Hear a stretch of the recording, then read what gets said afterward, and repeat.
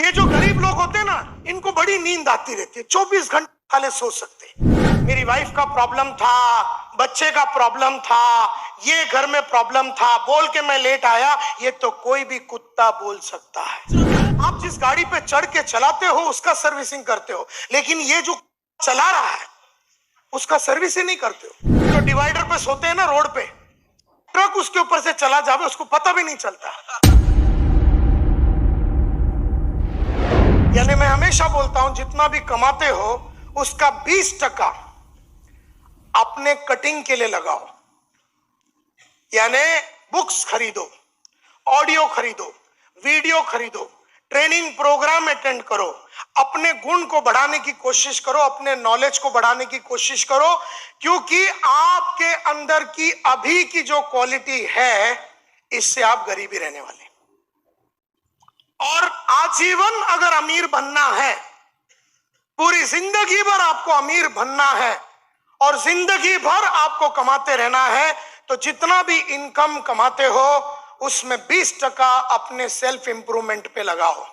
यानी अपने ऊपर खर्चा करो। ये नहीं कि 1 लाख रुपया कमा दिया तो पूरा 1 लाख रुपया सेविंग बैंक में रख लिया और में जाके जगह खरीद लिया, या फिर वापी में जाके जगह खरीद लिया, या फिर वलसाड़ में जाके या महसाना में जाके जगह खरीद लिया, या कानपुर में या लखनऊ में जगह खरीद लिया। जितना कमाया, क्योंकि ये बदन ने आपको कमा के दिया, ये मन ने आपको कमा के दिया, दिल ने आपको कमा के दिया, ये पर्सनैलिटी ने कमा के दिया। इसके अंदर आपको नई नई चीजें डालनी पड़ेगी, इसके अंदर आपको नई नई चीजें डालनी पड़ेगी। आपको हजारों टाइप का ट्रेनिंग प्रोग्राम अटेंड करना पड़ेगा। लीडरशिप के ऊपर ट्रेनिंग अटेंड करना पड़ेगा, सेलिंग के ऊपर ट्रेनिंग अटेंड करना पड़ेगा, पब्लिक स्पीकिंग के ऊपर ट्रेनिंग अटेंड करना पड़ेगा, प्रेजेंटेशन के ऊपर ट्रेनिंग अटेंड करना पड़ेगा।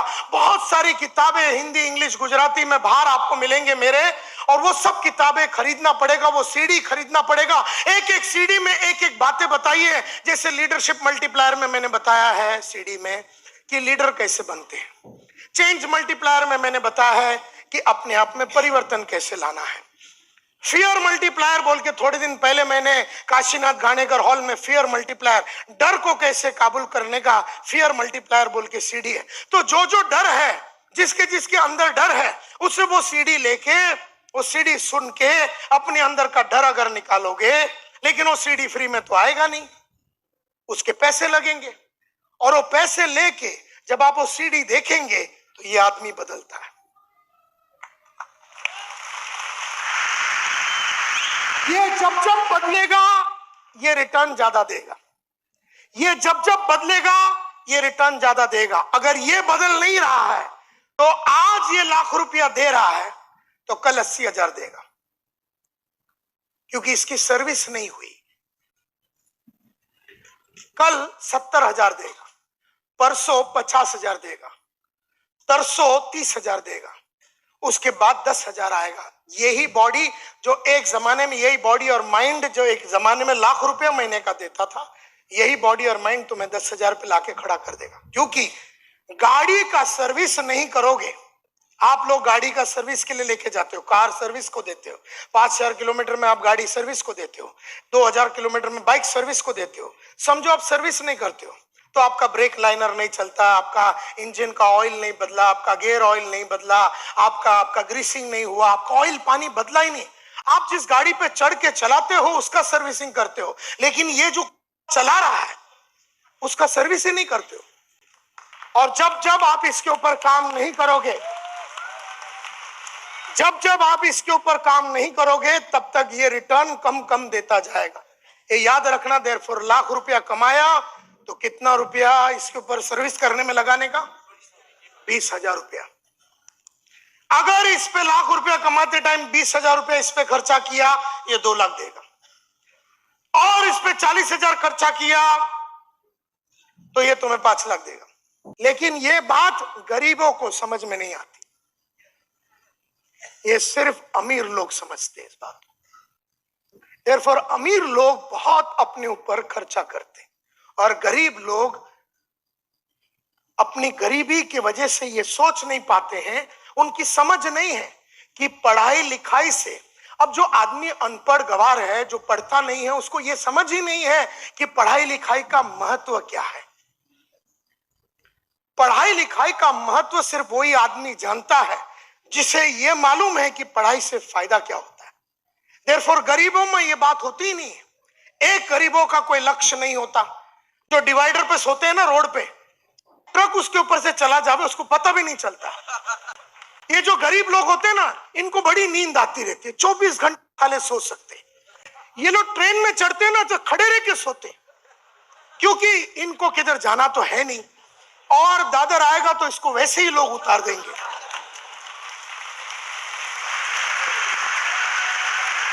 ये ट्रेन में चढ़ते ही इसको नींद आ जाती है। ये बैठ के सो सकता है, ये किधर भी सो सकता है, क्योंकि इसे कोई लक्ष्य है नहीं, इसे अपनी स्थिति को सुधारनी है नहीं, इसे तो कुछ समझ ही नहीं है बेचारे को।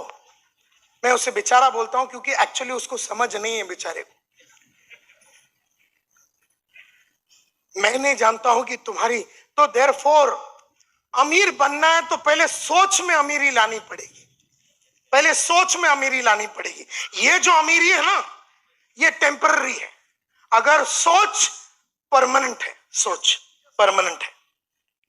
देयरफॉर आज पैसा मिला तो मैंने कोट खरीदा, कल पैसे नहीं मिले तो ये बेच दूंगा। लेकिन अगर मैंने इस पे खर्चा किया है तो कल इससे बढ़िया कोट आएगा, इससे बढ़िया। तो कहने का मतलब यह है कि जिन लोगों ने अपने ऊपर खर्चा नहीं किया है वो लोग लगातार गरीब रहते हैं। और वो लोग, इसीलिए अमीर लोग क्या करते हैं, कम बच्चा पैदा करते हैं और उसके ऊपर बहुत खर्चा करते हैं। गरीब लोग बहुत बच्चा पैदा करते हैं, क्योंकि अपने को तो खाली पैदा ही करना है ना,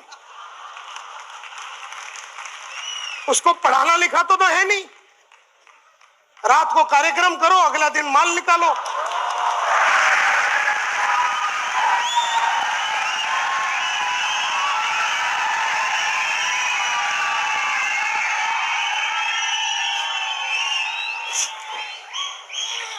तो कहने का मतलब यह है, अमीर लोग अमीर बनते जाते हैं, गरीब लोग गरीब बनते जाते हैं। वो इसलिए क्योंकि अमीरों की सोच अलग होती है।